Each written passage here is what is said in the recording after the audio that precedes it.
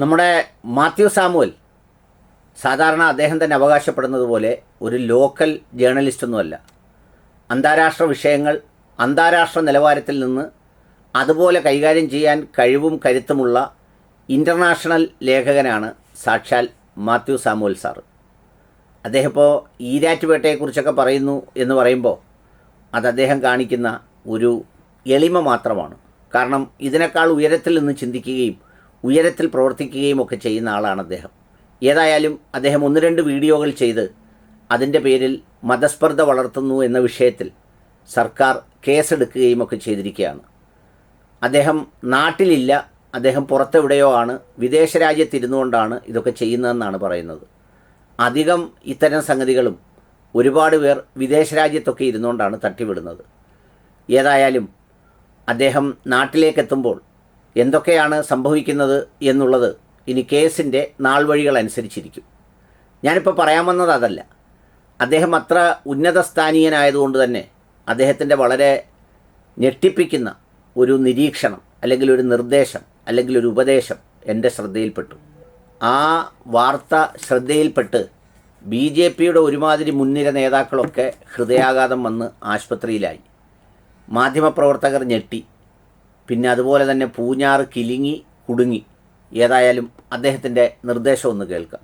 ഈ BJPയുടെ സംസ്ഥാന പ്രസിഡന്റായിട്ട് PC ജോർജിനെ എടുക്കുവാണെങ്കിൽ ഞാൻ 100% നിങ്ങളോട് കമ്മിറ്റ് ചെയ്ത് പ്രിഡിക്റ്റ് ചെയ്ത് ഇപ്പൊ പറയാം, വേണമെങ്കിൽ ഒരു പ്രൊഫസി ആയിട്ട് പറയാം.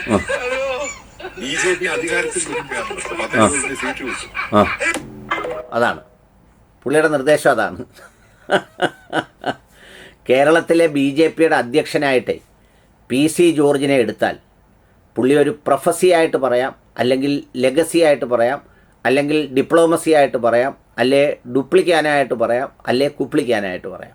എങ്ങനെ വേണമെങ്കിലും പുള്ളി പറയാം.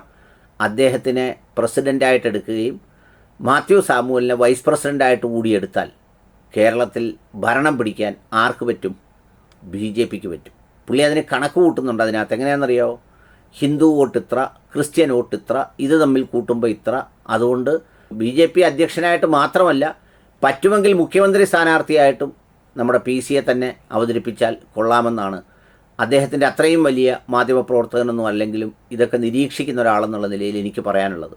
പക്ഷേ പ്രശ്നം അതല്ല. പുള്ളിയെ എവിടുന്ന് ജയിപ്പിക്കും? പൂഞ്ഞാറിൽ ഇനി എടുക്കില്ല. പിന്നെ പത്തനംതിട്ടയിൽ കഴിഞ്ഞ തവണ കിട്ടുമെന്നൊക്കെ പറഞ്ഞ് ബഹളം വെച്ച് നിന്നിട്ട് അവസാനം അത് അനിൽ ആൻ്റണി തപ്പിക്കൊണ്ടുപോയി. ഇനിയിപ്പോൾ എവിടെ നിന്നാണാവോ പുള്ളിയൊന്ന് രക്ഷപ്പെട്ട് കയറി വരിക എന്നുള്ളതാണ്. ഏതായാലും പുള്ളിയുടെ ഈ നിരീക്ഷണം അദ്ദേഹത്തിൻ്റെ ഒരു ജേർണലിസ്റ്റിക് അനലിറ്റിക്കൽ ഒരു തോട്ടുണ്ടല്ലോ, അല്ലെങ്കിൽ അതിൻ്റെ ഒരു അനലിറ്റിക്കൽ വിസ്ഡം, അത് വല്ലാതെ ബോധ്യപ്പെടുത്തുന്നുണ്ട്. ഇതേ അനലിറ്റിക്കൽ തോട്ട് വെച്ചാണ് പുള്ളി ഈ പറയുന്ന ഖത്തറും അതുപോലെ വേൾഡ് കപ്പും ഫുട്ബോളും പല പല കാര്യങ്ങളും പുള്ളി വിലയിരുത്തുന്നത്. ഇതേ സംഗതി വെച്ച് തന്നെയാണ് പുള്ളി ഈരാറ്റുപേട്ടയെയും അവിടുത്തെ ജനങ്ങളെയും ഒക്കെ വിലയിരുത്തിയത്. അത്ര മോന